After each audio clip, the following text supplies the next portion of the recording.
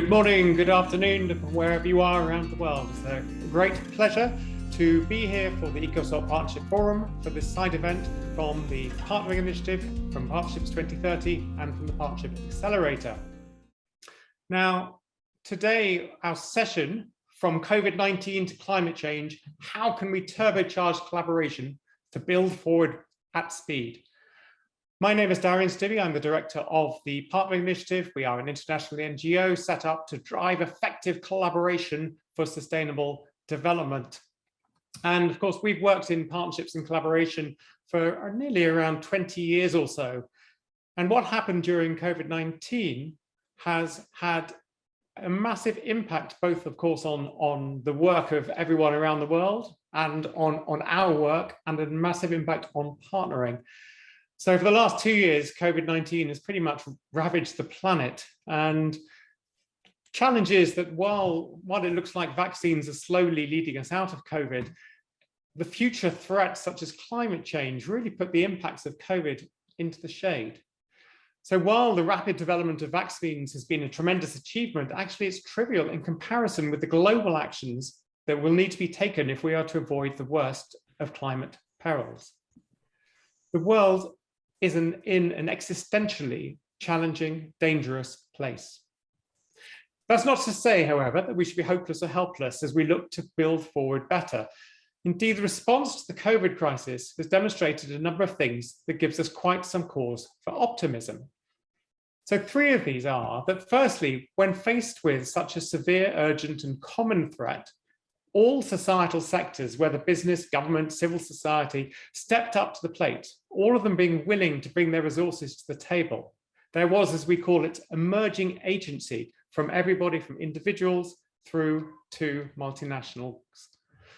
Secondly, we saw how collaboration happened at every level. So in local communities, we saw local restaurants working with civil society groups to deliver food to vulnerable, isolating people, all the way up to the global level with the unprecedented international public-private collaboration that resulted in the warp speed development and, importantly, regulation of these vaccines. The third thing that it's taught us is that if the incentive is strong enough, we can change the way that we live and work. In the case of COVID, almost literally overnight. And of course, if we're going to tackle climate change, we are going to have to change the way that we live and work. So that's wonderful to have all of these partnerships, this collaboration happening. The challenge is that traditionally, partnering is hard and partnering is slow. Having to try to bring together organizations from different sectors, aligning their interests, ensuring that there is collective engagement, common vision, et cetera, takes time, and it takes too much time. So the question is, during COVID, we saw partnerships happen really quite quickly. So what is it that we can learn from the experiences of partnering? How is it that we can take those experiences and use them for future challenges such as climate change? As part of that, of trying to answer that question, we've developed a program called Rapid Partnering for Climate Action. And my colleague, Jenny Eklund, will be talking a little bit about some of the initial findings of that. And then this webinar is an opportunity for a discussion with 4 brilliant panelists, but also everybody else as well through the Hoover platform. And what we would like is for everyone to really join in. There's a chat function on the Hoover platform. Put your questions, your thoughts, anything you would like to add at any stage into the chat, and we'll try to integrate it into the session to make it as much of a discussion as possible. But let me just introduce you to the panelists, or rather ask our panelists to introduce themselves and just tell us a bit about their work in relation to these climate change partnerships. So firstly, I'd like to invite Zainab Aliyu, who's the Movement Program Lead from Climate 2025. Thank you, Zainab, very much for joining us. Please tell us about your work in collaboration. Of course, you drive movements on climate change. We'd like to hear more about what that involves. Yeah, thank you so much, Darian, and welcome to everyone. And I hope we have a very exciting time and conversation today. So I'm Zainab, and I lead the movement program at Climate 2025. So a brief background into Climate 25. So we're a movement capacity building organization with the sole aim of helping movement build their capacity, both technical, social, and financial capacity, to be able to accelerate urgent and systemic climate action. So I work with a lot of climate organizations in this space. And I think from my experience, both as a researcher and as an environmental consultant before now, I have realized that collaboration is very key to accelerating urgent and systemic change. And we get a lot of request for movement in terms of building their capacity around how to identify the right partners, how to engage with these partners, how to manage partnership relationships. So I'm really looking forward to learning more about the work that Jenny did, and also listening to the insightful conversation that's going to occur today. So thank you very much, Darren. Thank you so much, and thanks so much for joining us. If I could ask Suzanne Saltz from Partnerships 2030, tell us about Partnerships 2030. Thank you, Darian. Yes, I happily will. So as mentioned, my name is Susanne Salz, and I'm heading a team called Partnerships 2030 based at GIZ in Germany. We are a project commissioned by the German Federal Ministry for Economic Cooperation and Development.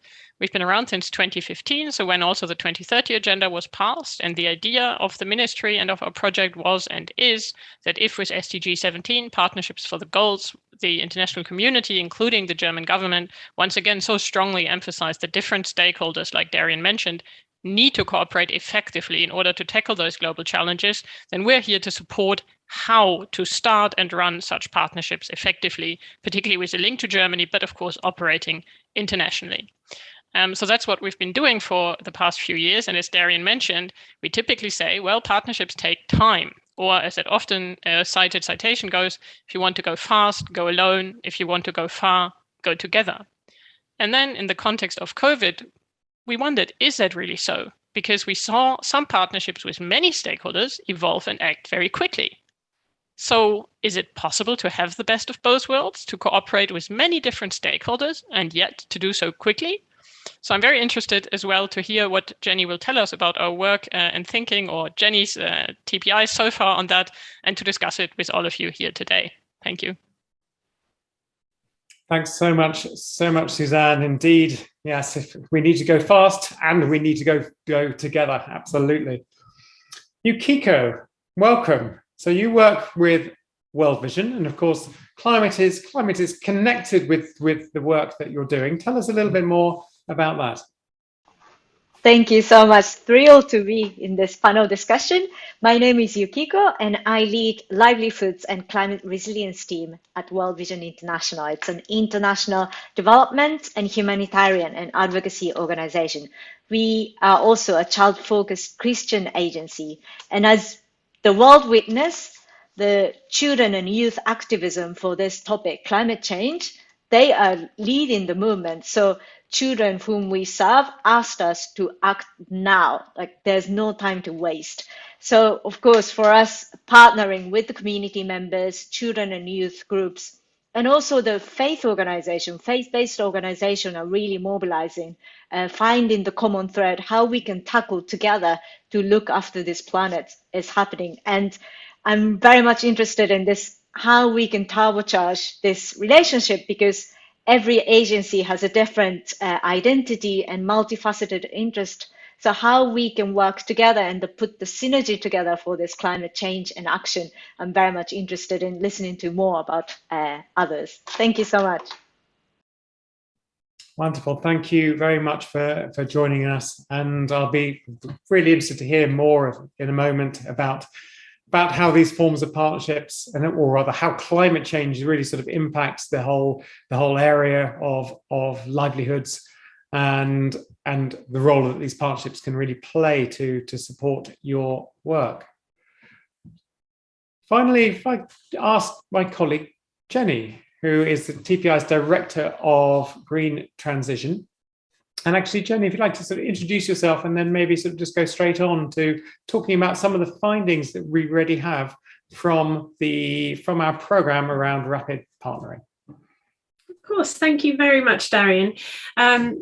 Really a great pleasure to be on this call today alongside these fantastic panelists, all with great knowledge to bring to bear. Darian mentioned I'm Director of Green Transition at the Partnering Initiative, where I have the privilege of working with a range of partnerships on the theory and practice of partnering through open access resources, training and organisational support, all with the aim of ensuring partnerships for the SDGs are as effective as they can possibly be. My background is in programmes and practice, working in city-level climate partnerships and also on partnerships between environmental NGOs and the private sector on climate action. But my role now is very much focused on strengthening partnerships to accelerate the move to a green, inclusive economy. And I think it's evident that the pandemic cannot be viewed as an isolated occurrence. Rather, it's a symptom of a deeper set of interrelated crises, of persistent inequality, rising temperatures, and a failure to live within planetary boundaries. So as we try and recover from the pandemic, effective partnerships across sectors are absolutely essential to ensure that the shift to a green economy is baked in and that we can double down on efforts to tackle the climate crisis now, not by 2030. The work needs to start now. We've got a very small window to act. And I think that's why this piece of work is so important to us, because we recognise the need for radical collaboration. We can see all the fantastic work that's going on around the world to form these important collaborations, but also the need to speed that up, and it's not easy. So I'm going to share with you now, hopefully everyone can see my screen, some of the early findings from the Rapid Partnering for Climate Action programme. And we're very much sort of trying to live our ethos here, in that I'm sharing some early findings with you. And I'm also going to be talking about some of our early thoughts about what this could develop into. But it's very much not the finished article, because we're trying to move and iterate and develop as we go along. So let me tell you a little bit about the premise of our programme. So we all know that we face a global climate emergency that requires radical collaboration at unprecedented speed. But alongside that, as Darian mentioned, traditional partnering approaches are too slow in comparison. We don't yet have any kind of model to allow us to move at the speed that we need to act within that critical 5-year window to ensure that we meet global climate targets and keep 1.5 degrees alive. So our programme is seeking to develop what we're calling a rapid partnering protocol, essentially a roadmap or a shared process that partners joining a new climate partnership or setting up a new climate partnership can follow in order to ensure that it is as efficient as possible and there's a shared understanding. And what we want to do is to combine other thinking from other fields, such as rapid prototyping, adaptive management, and to bring that together with all the expertise that we're drawing on from the last 20 years about what we know makes effective partnerships, to make something really practical that climate practitioners can use. So I'm going to share with you the results of the first 6 months of our inquiry phase, where we've been speaking to climate practitioners working on partnerships to try and understand what has helped them to go faster and what has been standing in their way. The next part of the programme will look at developing a pro-partnering enabling environment. What are the kind of things that we need to make sure are in place to enable people to go faster and to develop their partnerships at speed? So what was our starting point? Well, if you've been at all involved with TPI, if you've seen the materials on our website, you'll recognise this model. This is typically the model that we use to understand the processes and the stages that partners need to go through to go from a partnership idea through to signatory of a partnership agreement. And this was our starting point. But I think it's important to say that when we wrote the programme brief for Rapid Partnering for Climate Action early in 2020, I think it was January, February time, it was just about pre-pandemic. The pandemic broke upon the world. It became a living nightmare for many of us, but also a living case study. And it was immediately apparent to us that we needed to find a way of drawing on the learnings from how quickly partnerships were set up during that time. And we were keen to make sure that we captured that And TPI is lucky because we work with a number of different partnerships all over the world. So we wanted to draw on those experiences. We ran 2 round tables and sent out a survey. And what we found was that, unsurprisingly perhaps, a common urgent crisis does make it quicker and easier to develop partnerships. And of those who responded to the survey, almost 80% said that the partnerships they'd set up to respond to the COVID-19 crisis were quicker to get off the ground compared to previous partnerships. And there were specific reasons they cited for that. They said a shared sense of urgency gave a laser focus to what they were doing, gave additional grease and glue, that senior leadership buy-in was much, much easier to come by. It was easier to obtain internal approvals, and that there was a willingness to skip, streamline, or postpone internal procedural steps. And then lastly, I think perhaps most intriguingly, it was easier to build trust, or trust was seen as less important as an ingredient because of the overwhelming sense of urgency. So people were willing just to get on with it and give things a go. So that was really interesting. So we were considering that backdrop of what we'd learned from COVID-19 partnerships when we drafted our starting hypotheses for the climate action programme. And I just want to give you 30 seconds to have a quick look at what these hypotheses are, factors TPI believed would enable rapid partnering for climate action.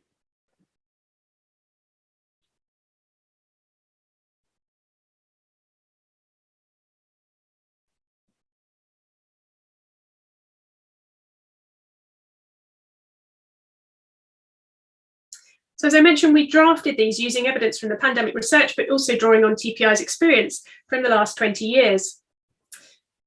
The Rapid Partnering for Climate Action programme then set out to test these, see where adjustment might be needed in the context of climate partnerships, and therefore inform how we designed the Rapid Partnering for Climate Action protocol.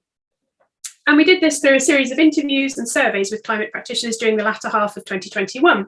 And we spoke to climate action practitioners, some of whom had been working on climate collaborations for a long time, and others, interestingly, whose organisations perhaps weren't focused on climate and were just starting to work in partnership with other organisations on this area. This provided a really interesting snapshot of the landscape of climate partnering. We had 15 detailed survey responses, followed up with 8 more in-depth interviews, really interesting range of contributors, and really a sense from people that, yes, this was needed and it was something that they were grappling with, and a lot of honesty and frankness in the responses as well. For those of you that are interested in this area, I highly recommend the Said Business School report, Decisive Decade, which gives some really interesting background that we use as part of our literature review on organising climate action. So I highly recommend that. We asked our survey respondees what areas they thought were most ripe for rapid partnering for climate action. Where were partnerships most needed? And land and ecosystem and food services came out number 1 on that, but not far behind cities and transport. That's just an interesting point of interest. I wanted to point out some highlights that came out of this survey as well that really stuck out for us. Firstly, this need to balance attention between moving fast, wanting to move fast, and the need to be inclusive. People spoke about how they struggled to do that, and they felt that sometimes it was difficult to reconcile. So that was a theme we were able to go into in more detail in the interviews. Secondly, the one I wanted to pull out was this idea that partnership speed is limited by the speed of trust. I mentioned earlier that we'd seen how pandemic partnerships didn't suffer from that so much because there was such a sense of urgency. There's a sense of urgency about climate change, but it wasn't translating. And people were saying, actually, if we haven't got the trust there, partnerships just aren't getting off the ground. We asked our respondees what really helped to grease the wheels, what really supported them in getting going quickly with climate partnerships. Unsurprisingly, trust came up very, very high in this. I think pretty much everybody mentioned it. And then the flip side, what is one of the major blockers? Most people said lack of trust. And that seemed to be a particular concern for climate partnerships as well, that sometimes you might be starting from a trust deficit that you needed to build up from. We asked our practitioners, what would most help you to move forward more quickly? What is the missing piece? And the clear answer was fast, flexible funding pots. There was this recognition that it's not always available from funders. Historically, the funding model requires a little bit more detail, a little bit more certainty. It doesn't tend to fund fast setup or speculative partnership movements. So I said we dug into some of these themes a little bit more in the interview. So I wanted to share that briefly because we don't have lots more time, but very briefly. Something that came up in terms of enablers, a huge number of our interviewees talked about the importance of fun. And it might sound a little bit frivolous, but actually this is really tough. This is really tough. And it's much more, people are much more willing to get involved in complicated climate partnerships if they know that the people that they're working with are going to be enjoyable to work with. People talked about the importance in investing to build trust, spending time to understand each other's worldviews. And inclusion from the outset. I mentioned this tension that people saw between being inclusive and moving swiftly. Well, actually, a few of our interviewees were able to point to evidence where being inclusive from the beginning allowed them to move more quickly further down the line. So they highlighted this myth around inclusiveness, which I thought was really important. Some interesting insights from the interviewees on blockers. I wanted to highlight lack of common language. Certainly where organisations were not necessarily climate focused or environmental organisations, this was a blocker as well. They felt that perhaps this wasn't something that they could become involved in because the language was so distant, technocratic. There was a lot of disagreement perhaps about what net zero meant, and that seems like a small thing, but it really was hampering progress. And another one which I think is worth highlighting is the lack of climate knowledge or capacity within partner organisations. Some organisations don't have a climate specialist, and if they do, that person seemed to be quite overworked if they were being relied upon as the key contact for a new climate partnership. And I think that's important. So we started to translate what we'd heard and to refine the hypotheses that I shared with you right at the beginning. And you can see in red where we made those changes, and these are still being refined, so work in progress. But under number 2, you can see this point about making sure that funders make provision to support relationship building at the outset. That's really important. And as somebody put it, it's not just running through a field holding hands together. This is actually investing in time to have really constructive meetings and really get to know your partner and their outlook and what they can bring. Under number 4, highlighting the importance of strong personal relationships.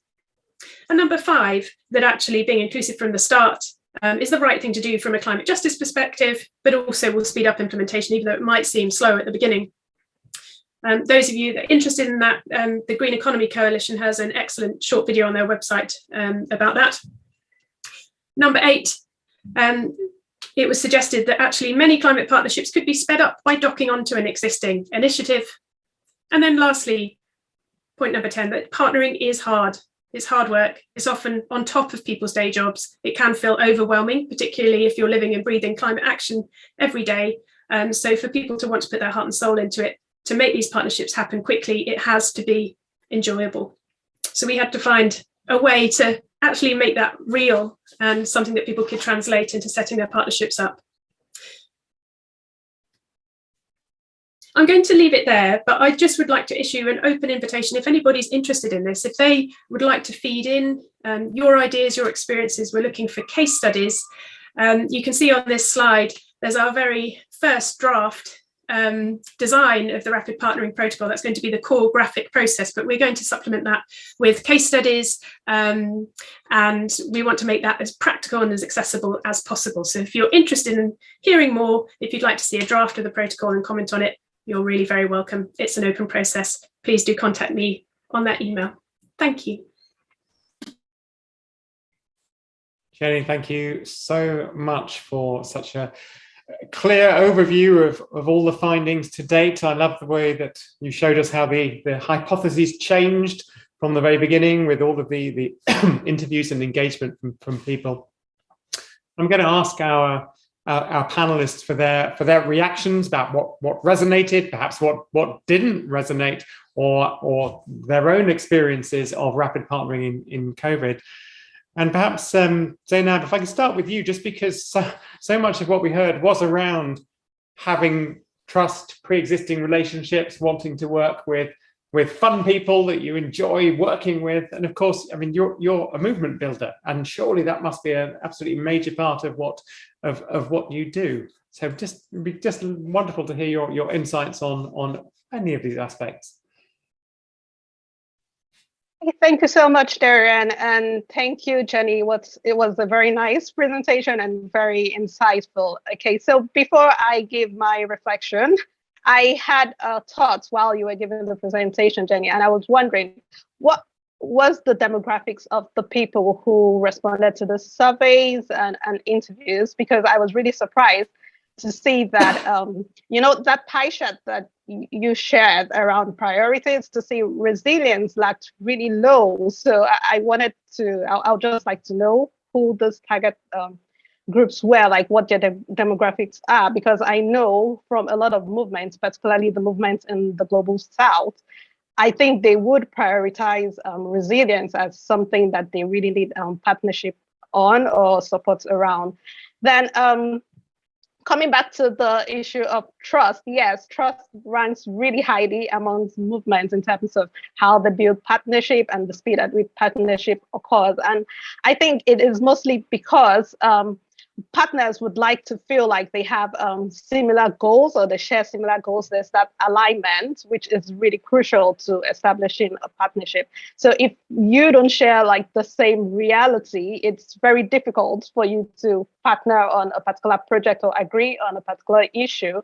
And I feel like that's one of the barriers that a lot of climate movements face with identifying the right partners and working with different partnerships, because there's that reality of those living in the global north, for instance, and those in the global south who believe that their climate action strategy should be focused on, for instance, adaptation, and while other partners, particularly the funders, feel that the strategy should focus more around mitigation. So already there's that conflict between potential partners, and that again could lead to issues around the issues or the risk of co-optation or having reputational risk, where you find partners who don't necessarily agree or align with the thinking of particular group, but because they stand to gain, for instance, visibility or credibility through a particular partnership with a particular organization, they're willing to compromise their actual goals to just be able to align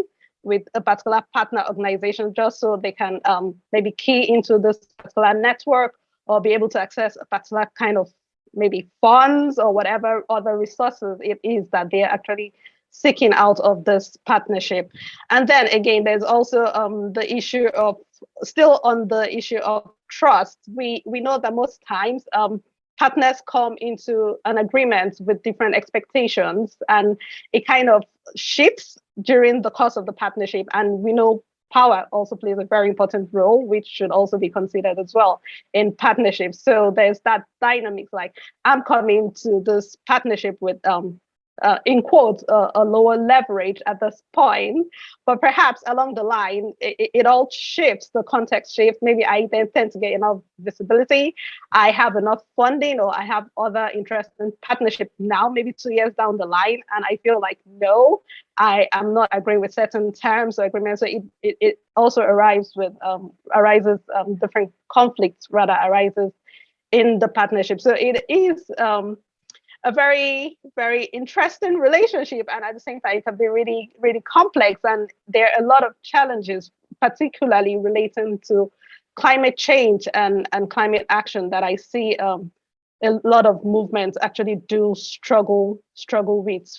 Yeah, I think, I'll stop there. I'm happy to follow up with if there's any direct question or comments on any of the points that I've raised here. It's really interesting what you're saying. I mean, so many different points. Just that first one, or one of them, around how organizations have different priorities when it comes to climate change, and there was one of the quotes that Jenny said, something along the lines of they're around having to go with the energy and going with the other organizations that have some similarity of approach and feel and thinking. We often talk about, one of the great things about partnerships is if you have the diversity, you get far more innovation coming out of a partnership when you do bring together organizations with different approaches, opinions, thinking, etc. But that inevitably also takes significantly longer. So it could be a question of being aware of where the diversity creates significant additional value, even though it'll take longer and will be harder, or where partnerships which bring organizations with similar views and similar approaches can potentially happen much faster, but will be operating perhaps more traditionally. I don't know, just putting it out there. Maybe Suzanne, would you like to sort of go next and comment on anything you've heard so far? And there are also some questions coming up in the chat as well, so feel free, everyone, to look at the questions, and at any point we can begin to discuss those too. Fantastic. Thank you, Darian, and thank you, Jenny, for the interesting presentation. I'm still thinking about it, to be honest. I think it's highly interesting, but I haven't fully decided in my mind quite how different it is from other things that organizations like TPI, like Partnerships 2030, and others have been doing, and how much faster it is realistic to become. I wouldn't be here if I didn't think maybe we really can get better. Maybe we are onto something new here, but I'm not totally certain. That's also why I'm happy to have this event and happy to hear from people like Mike and Douglas and others in the audience who have started to ask questions. I'm also really happy to hear your opinions on what we are saying here. For example, trust was mentioned, right? So I think we all agree in a partnership at some point we will need trust. Can we speed up building trust, or can we build trust as we work on other things and speed up that way? Can we know that? Do we know that? I mean, Jenny pointed out some things from the research, and Darian, Jenny, and I last week had a conversation and said, well, maybe we just need to try out these ideas with a partnership that is just starting to see if it is actually possible in a learning by doing approach, which I like. And then what you haven't yet mentioned explicitly, but I would like to bring in, and it was visible in the image on Jenny's last slide, is that idea of having much more rapid initial phases and then gates in between.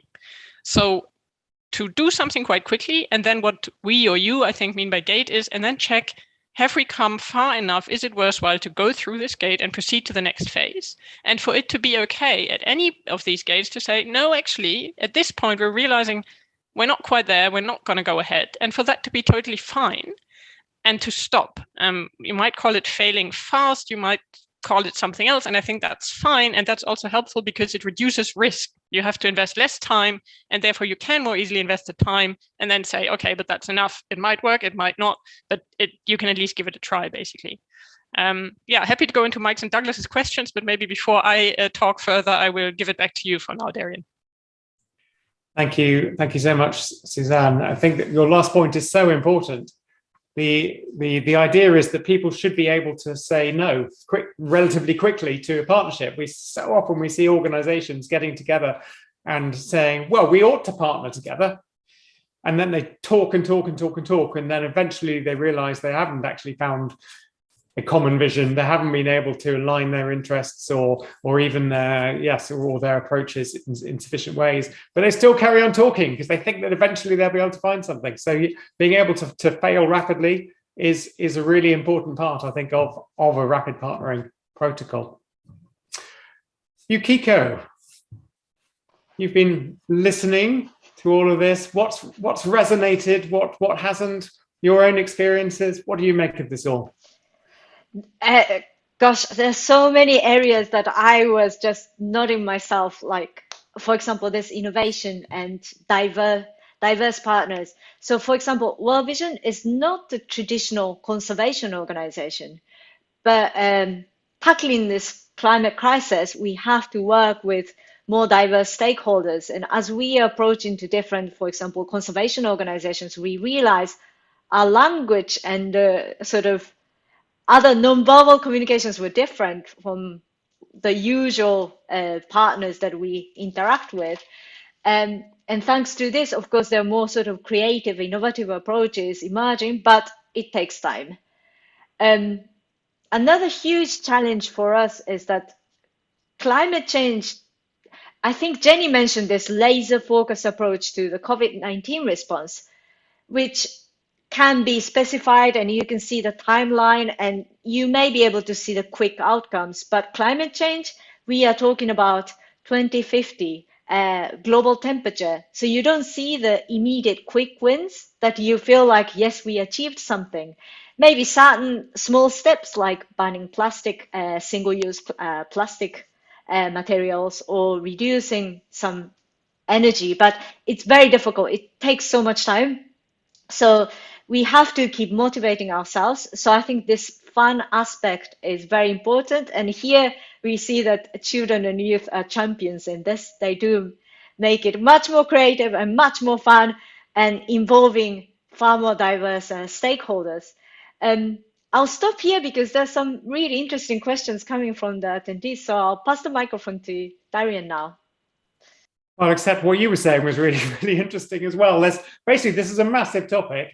It's a very short side event. We've got about 15 minutes left. So yeah, we'll try and bring in as many voices as possible. I think your point about the urgency and the threat is what focused people's minds and then allowed them to really put in the resources and the time, etc., and bypass their usual systems. How do we then, for something like climate change, where, as you said, it's not instant at all, how can we possibly get this into people's minds, organizations' minds, and in order to refocus priorities? That's going to be hugely, hugely challenging. Jenny, do you want to sort of come back? You've got a couple of questions around this, what came up in the research, and maybe Jenny and Suzanne, who's also involved in the research, might want to comment as well. So the one question was around, thank you, Mike, for your question around whether organizations were willing to give the time to partnership leads or partnership brokers to actually go ahead and develop these partnerships. It's one of the major challenges, that it always seems to be something else, an extra thing on somebody's job description. It never seems to be your main job. So people don't tend to have the time to develop partnerships effectively. Did that change at all in this? And then Douglas was also asking a really interesting question, which I suspect we may not have the answer to, but if you go through rapid partnering, does that mean that potentially the quality of decisions being made is lower than if one went through this sort of the slow process? Do you have anything on findings or any, and then Jenny from the research, and then anyone from the panel around their own experiences of these? Sure, thank you, Darian, and thank you, Mike and Douglas, for your questions. Did we see any evidence that organisations are getting better at freeing up time in job descriptions? No, is the short answer. People were feeling under quite a lot of pressure, and actually it was unusual for our respondees to have somebody who was a designated partnership lead, and that was their day job. Often they were developing this climate partnership on top of something else that they were doing. So I think that made it extra challenging for people, and I think we've got a long way to go, especially when you consider that many of the organisations that we need to get involved in climate action are not specialist environmental organisations. So we need to think about how that's going to work capacity-wise. But it was a really, really interesting question. And I think Douglas's question about evidence on the quality of decisions, I think that's kind of an extra layer, really. I don't think we know the answer to that yet.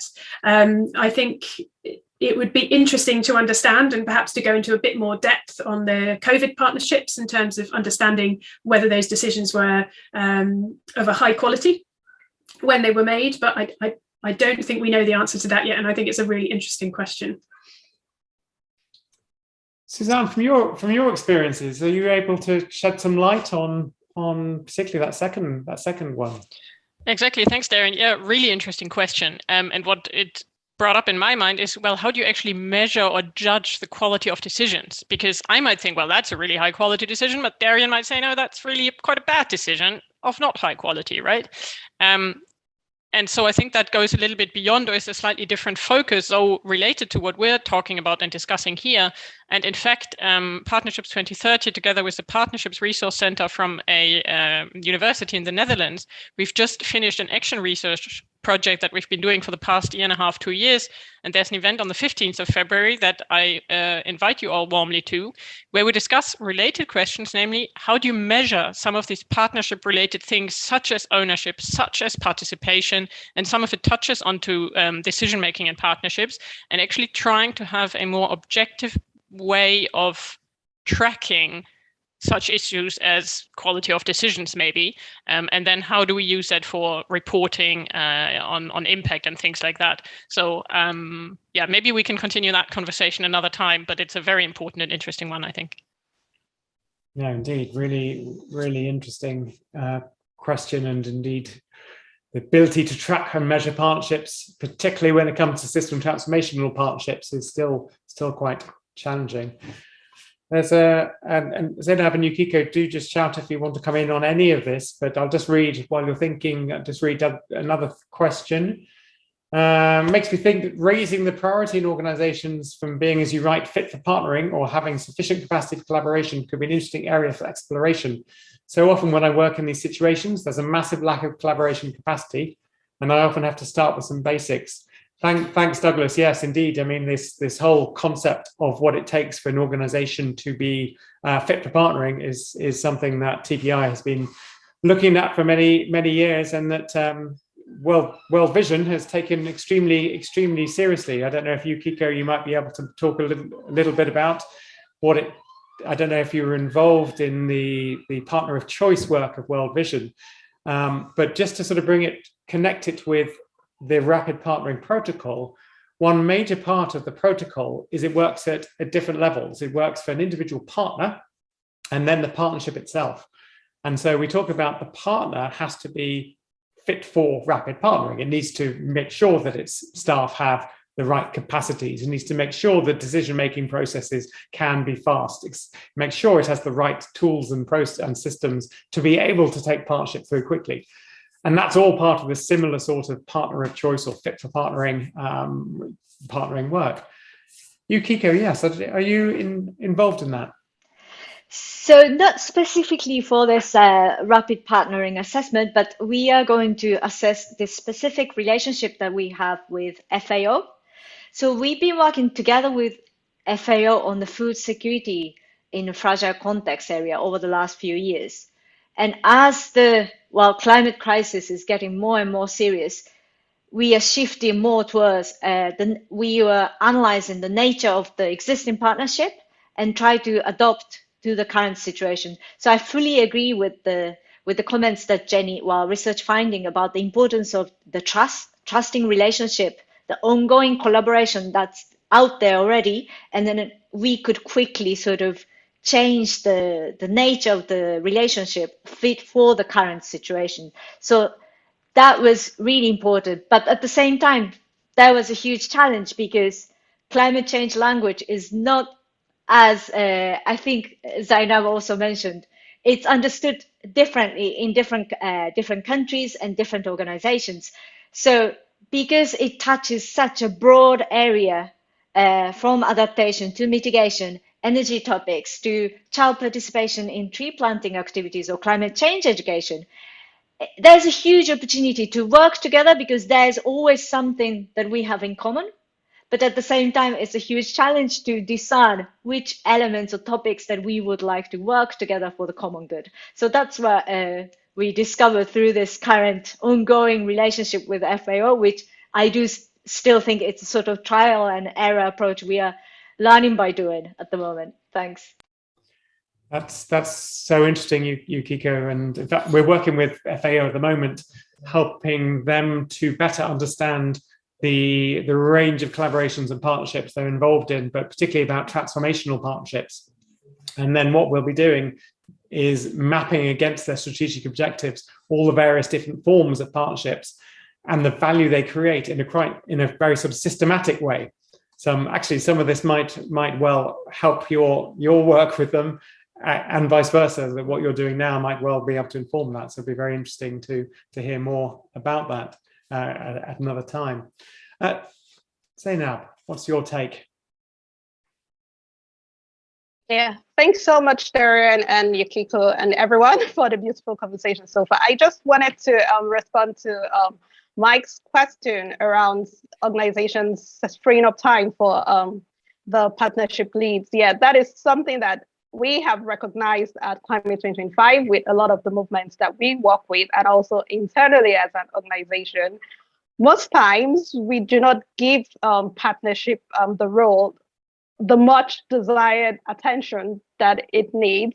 And we usually see it as an add-on to other responsibilities. And it is really a big challenge. So part of our engagement with climate movement organization currently is, while we help them think through their theory of change and develop their strategy, it is one of the core components that we also focus on.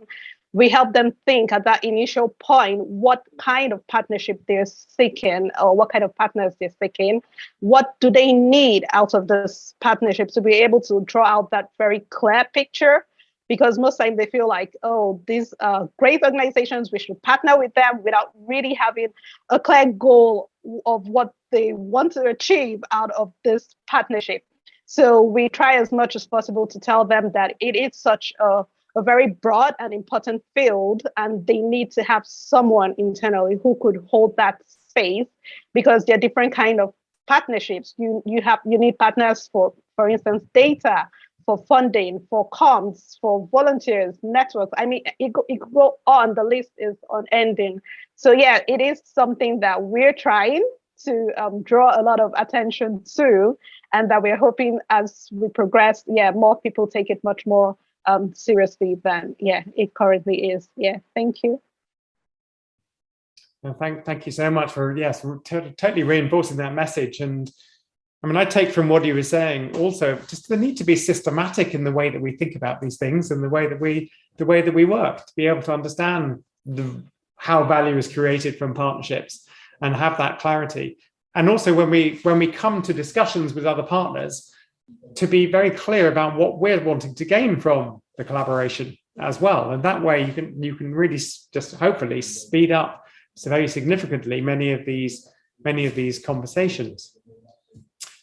So we have a point from David suggesting that on the evidence of the quality of rapid partnering compared to normal approaches, if once it's reasonably clear which partnerships emerged from this rapid approaches, it should be possible to see then if these partnerships were more inclusive, or produced more outputs, or had greater geographical reach compared to what's happened before in a similar issue area. Maybe potentially with some of the tools that Suzanne and colleagues at Partnership Resource Centre are developing, that could be very interesting to look at. And of course, things are complex. It's very difficult to compare partnerships because they tend to be highly complex in a specific context, and so that could be challenging. We've only got a few minutes left, and we can go over time by a few minutes. I'm sure the UN will not mind. I'm just going to ask for each of our panelists just to sort of give a reflection, final reflection from what they've heard during this whole session. This session could have gone on for 2 hours, or probably it could have been a workshop for 3 days. But just from the short time we've had together, what would be sort of a key reflection looking back? I'm going to pick on somebody. Yukiko, you're the one looking least quizzical of the 4 panelists, so I'm going to ask you to start. Apologies. Gosh, I think passion. In the end, I fully agree with the toolkits, the importance of more systematic approach. But in the end, individual passion to work together, to be able to make a positive change, has been in the end the main sort of success factor of diverse collaboration that I've seen.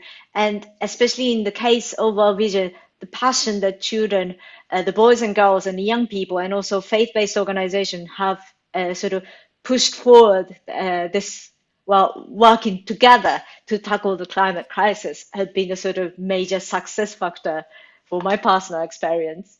Thanks. I love that, the passion of people and the ones willing to really drive these partnerships and collaborations forward.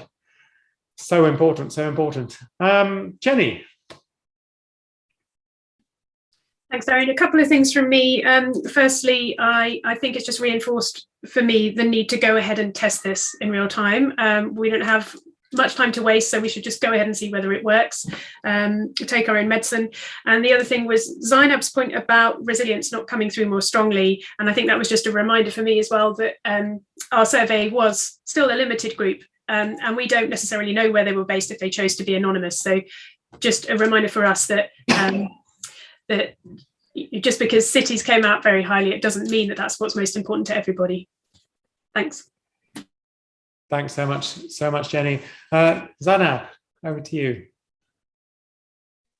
Thanks so much. I think the whole session has been really insightful. I'm going away with a lot of information, but most importantly, I think I am reminded by the fact that the work that we're currently trying to achieve with our movement with regards to partnership is really crucial, and I'm happy to get that validation from being in this session today. And also, I think most importantly would be a reflection for all of us, particularly who want to work within the collaborative space, because the issue of competition seems to also be limiting the extent to which potential partners engage. So I think that's also something that I have found with a lot of the movements that we work with, and I would like to hear and learn more about how we could move beyond seeing ourselves as competitors and just seeing the whole climate action and the whole space as a really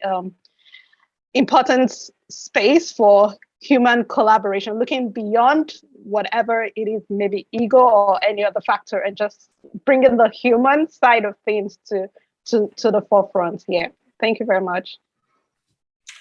Thank you. As a great colleague, Reef Necki, said, leave your egos, your logos, and your silos at the door. So I think he would very much agree with you there. Suzanne. Thank you. Yeah, it fits quite well, because in one word, I would say co-creation. To talk about things like this rapid partnering protocol with people like in the panel and the room more broadly today. But then, as Jenny mentioned, also to go ahead and have the courage to try and test things, because at some point, that's the only thing that's going to help, is to actually try it out, see if it works, and also do that in a co-creative spirit together with a partnership that is interested. Thank you so much, Suzanne. And indeed, that's exactly the plan, is we want to take this forward in a very much co-created way. We want to test out this protocol with real partnerships, or if there are people who are in partnerships, if they want to, they can retrospectively think at what stage could any of this protocol have actually helped form the partnership further. Please do stay in touch if you'd like to become involved in any way. Our contact details are in the chat. And it just leaves me to say, well, I guess, I mean, we have to do this. We have to get better at this. Partnering it takes too long. And the climate crisis is such that we simply do not have the time to wait. I think it's pretty clear that if we can build the partnering competencies, at the very least, of people involved, if people can understand what partnering journeys look like and and can have a shared idea of roadmap, if people can have a similar idea or same idea in terms of language, we heard how people coming with different languages is such a challenge. Well, we need to build that up so that people have common language. If we can get organizations to become fit for partnering and fit for rapid partnering, and if we can create pathways or roadmaps that have been effective in other partnerships, that people can then potentially use as a starting point, then of course adapt the complexity of any individual partnership, then genuinely I think we will be able to significantly speed up the collaborative efforts. So thank you all very, very much indeed for being involved, particularly our panelists, but actually also to all of the participants here today. And we look forward to keeping in touch as we take this whole program forward. Thank you all very much.